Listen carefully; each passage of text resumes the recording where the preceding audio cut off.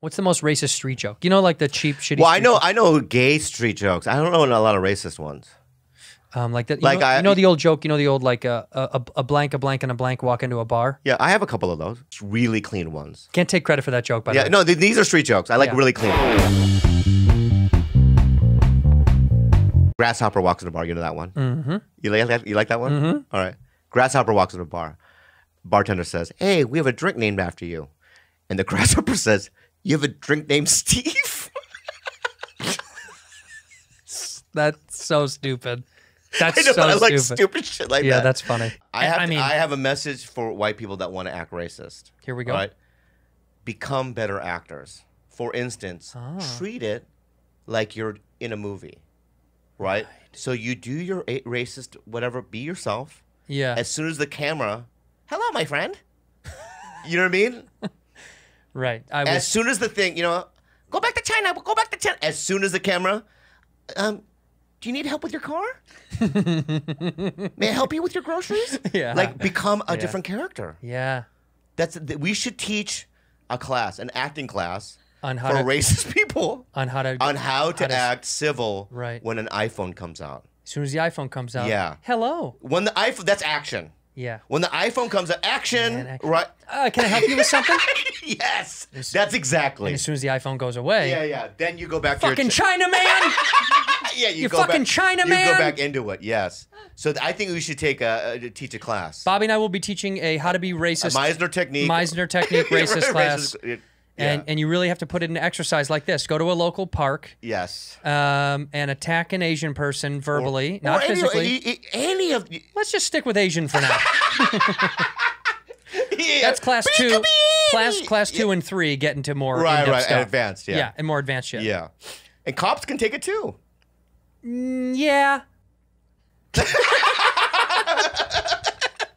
There's a lot of dumb ones like that. Like, so this kid, right, is in the middle of the street on a gigantic wooden box, right? Yeah, have you heard this one? No. Right? And he's on the wooden box and he's jumping up and down, right? 16. 16. 16. Right?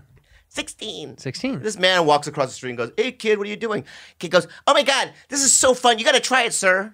It doesn't seem fun. Trust me. Do it, right? So the old man, "Oh, okay, I'll try." He gets up there, 16, right?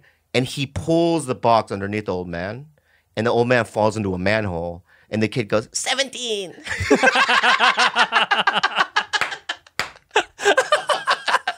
That's a great joke. Thank you. That's really good. And this is Bob Harian. Let's hear what Bob has to say here. Karina, I don't know what to say. I'm just so sorry. I'm just so sorry that this happened. You never walked into that store thinking something like this was going to happen. I understand it. I'm sorry for what she said. It was very hateful. It's indefensible. But I just have to tell you this. It's her mental illness. A year ago, she would never have even thought of that. Karina, It's like a virus. A year ago, she liked Mexicans. Yeah. In June, she was all about Mexicans last year. She went to a fiesta. Something about this June makes her hate Mexicans. Yeah. We went to a quinceañera. Yeah. In July. We were El Mariachis at Halloween 2 years ago. Yeah. We love Dias de los Muertes. Our favorite movie is Machete. We loved Coco. I saw Coco with her. Coco. You know what's such a bummer? Yeah. Perhaps, truthfully, perhaps this guy doesn't know that she does dumb shit like that. Maybe. I don't know. She's an angry old bitter bitch, and she takes it out on someone. There are signs, though, Andrew. It's like they're watching Schindler's List, right? And she goes, and she's laughing during the movie. You know what I mean? She's like cackling, and he's like, "It's not a comedy, sweetie." Yeah. You mean like little signs like that? Can I give you one more street joke? Is it long? It's just bad. No, it's really bad and short. These are all bad. Yeah. A guy goes into the doctor, right? And he has a massively long penis. Huge. It's fucking huge. he walks in the doctor, and the doctor says, "What seems to be the problem?" And he says, "I've got to get some help. I can't finish the sentence."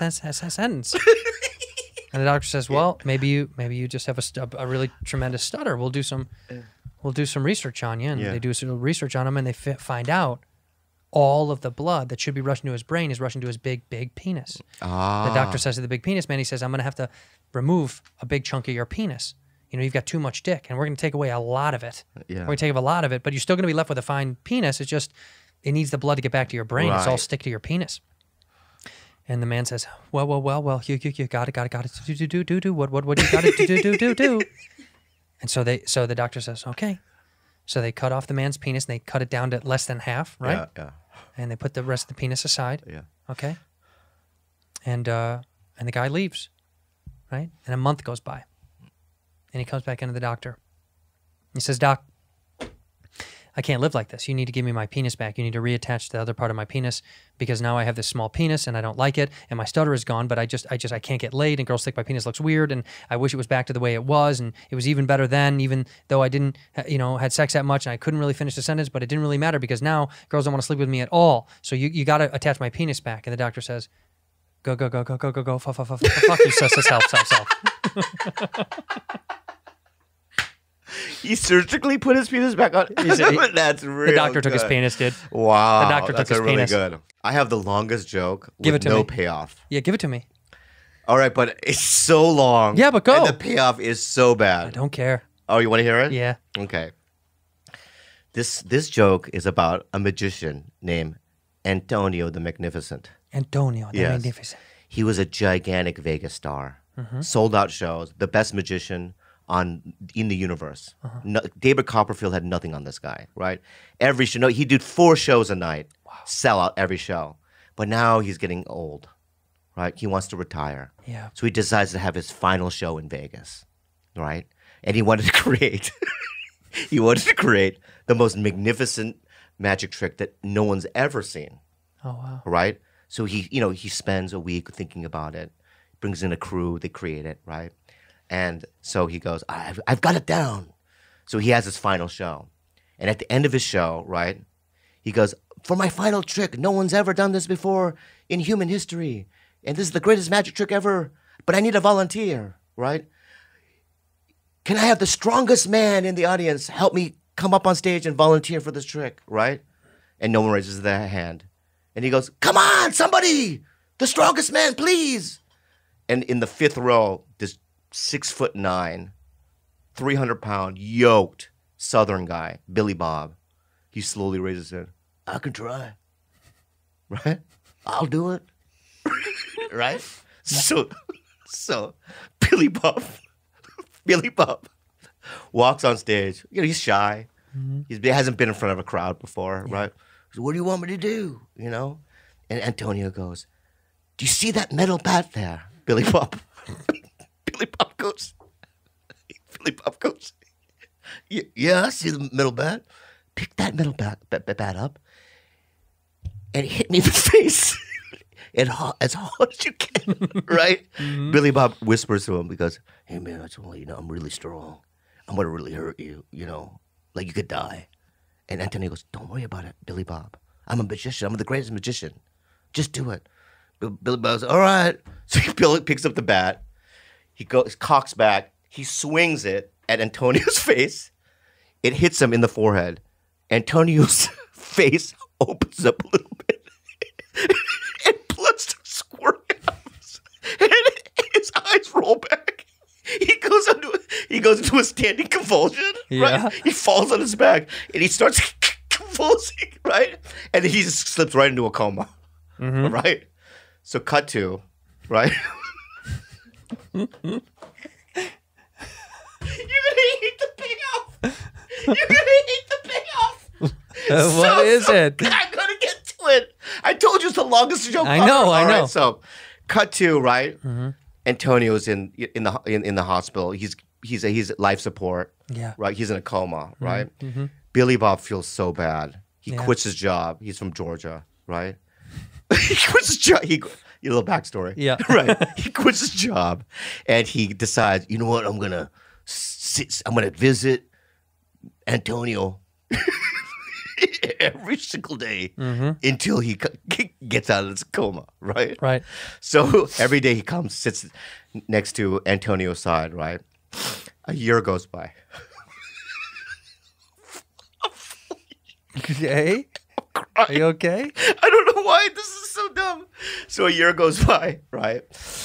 And the doctor comes in and he goes, I'm sorry, Billy Bob, but we're going to have to take Antonio off of life support. Shit. There's no sign, right? And Billy Bob goes, are you sure, doctor?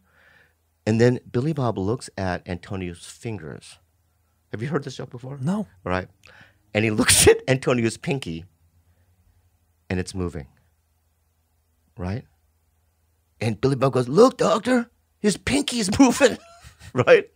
And doctor goes, oh, that is a sign, so maybe we won't take him off of life support. Okay. A month goes by. Doctor comes back in and goes, I'm sorry, Billy Bob, but one pinky isn't, a sign. We're going to have to take him a lot. But he goes, Billy Bob, look, his other pinky. And now, lo and behold, Yeah. lo and behold, right? Both pinkies are moving. Both pinkies are moving, right? Doctor goes, fine. Next month goes by, right? Another finger, The ring finger. the ring finger, right?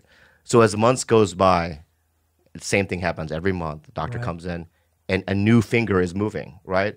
Eventually, right? All the fingers are moving, Got it. right? Right?